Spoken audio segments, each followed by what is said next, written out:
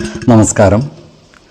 വേദാംഗ ജ്യോതിഷത്തിലെ അമൂല്യമായ അറിവുകളും ആധ്യാത്മിക ജ്ഞാന ഉപദേശങ്ങളും പകർന്നു തരുന്ന പ്രശാന്തം ആസ്ട്രോ ചാനലിലേക്ക് ഏവർക്കും സ്വാഗതം. ഈ ചാനൽ ഇതുവരെയും സബ്സ്ക്രൈബ് ചെയ്യാത്തവർ ഇപ്പോൾ തന്നെ സബ്സ്ക്രൈബ് ചെയ്യുക. നോട്ടിഫിക്കേഷൻ ലഭിക്കുന്നതിനായി ബെൽ ബട്ടൺ അമർത്തുമല്ലോ. ഒപ്പം ചാനൽ ലൈക്ക് ചെയ്യുക, ഷെയർ ചെയ്യുക, കമൻറ്റ് ചെയ്യുക. കൊല്ലവർഷം 1200 ധനു സംക്രമം മകയിരം നക്ഷത്രത്തിലാണ്.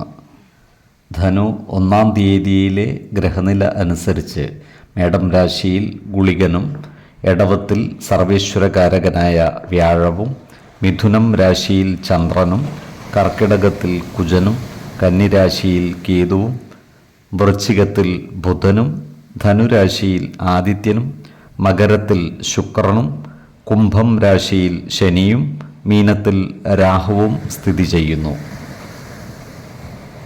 ഉത്രാടം നക്ഷത്രത്തിൽ ജനിച്ചവർക്ക് ധനുമാസം ഗുണദോഷ സമ്മിശ്രമായിരിക്കും.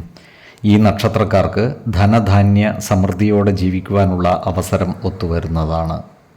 ഇവർക്ക് ഭക്ഷണസുഖവും ശയനസുഖവും വസ്ത്രലാഭവും ഉണ്ടാകുന്നതാണ്.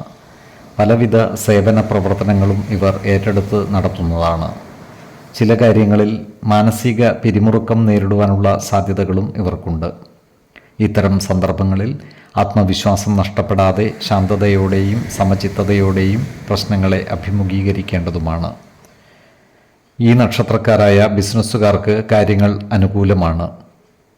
എന്നാൽ ഇവരുടെ ബിസിനസ് കാര്യങ്ങളിൽ സർക്കാർ ഇടപെടലുകൾ ഉണ്ടാകുവാനുള്ള സാധ്യതകൾ കാണുന്നുണ്ട്. സർക്കാരിൽ നിന്നും അനുകൂലമായ നടപടികൾ ഉണ്ടാകുന്നതുമാണ്.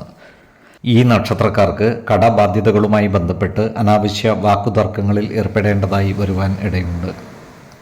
ഇത്തരം സന്ദർഭങ്ങളിൽ ആത്മനിയന്ത്രണം പാലിക്കുകയും അനാവശ്യ വാക്കുതർക്കങ്ങൾ ഒഴിവാക്കി മുന്നോട്ട് നീങ്ങുവാൻ പരിശ്രമിക്കുകയും വേണം.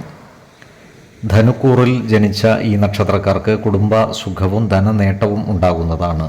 എന്നാൽ വരവിനനുസരിച്ചുള്ള ചിലവുകളും ഇവരെ തേടിയെത്തുന്നതാണ്. ഈ കൂറുകാരോട് ശത്രുതാ മനോഭാവത്തോടെ പെരുമാറുന്നവരുടെ എണ്ണം വർദ്ധിക്കുവാൻ ഇടയുണ്ട്. ഇവർക്ക് പല കാര്യങ്ങൾക്കുമായി ദൂരയാത്രകൾ ആവശ്യമായി വരുന്നതുമാണ്. വിദ്യാർത്ഥികളും മറ്റു പഠിതാക്കളും പഠന കാര്യങ്ങളിൽ കൂടുതൽ ശ്രദ്ധ പുലർത്തേണ്ടതുമാണ്. മകരക്കൂറിൽ വരുന്ന ഈ നക്ഷത്രക്കാർക്ക് സാമ്പത്തിക നേട്ടവും ദാമ്പത്യ സൗഖ്യവും സന്താന സൗഖ്യവും ഉണ്ടാകുന്നതാണ്. ഇവർക്ക് ജീവിത പങ്കാളികളുമായി ചില്ലറ അഭിപ്രായ ഭിന്നതകൾ വന്നു ചേരുവാനുള്ള സാധ്യതകളും കാണുന്നുണ്ട്. അതിനാൽ എല്ലാ കാര്യങ്ങളും ജീവിത പങ്കാളികളുമായി തുറന്നു പറയുകയും പ്രധാന കാര്യങ്ങളിൽ തീരുമാനമെടുക്കുമ്പോൾ അവരുടെ അഭിപ്രായ നിർദ്ദേശങ്ങൾക്ക് അർഹമായ പരിഗണനകൾ നൽകുകയും വേണം. ആരോഗ്യകാര്യങ്ങളിലും ഈ നക്ഷത്രക്കാർ ഒരു പ്രത്യേക ശ്രദ്ധ പുലർത്തുന്നത് ഗുണകരമായിരിക്കും. 5, 15, 25 തീയതികൾ അനുകൂലമാണ്.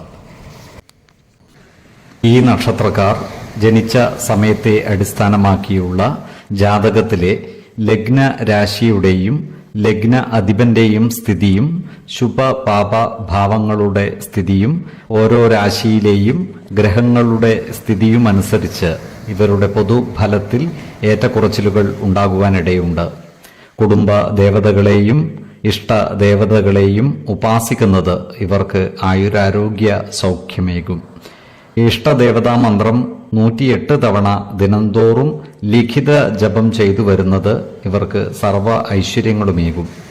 നല്ല വ്യക്തി സാധനകളോടെയും ഉപാസനകളോടെയും മുന്നേറിയാൽ സർവേശ്വരാനുഗ്രഹത്താൽ ഇവരുടെ സർവകാര്യങ്ങളും മംഗളകരമാകും.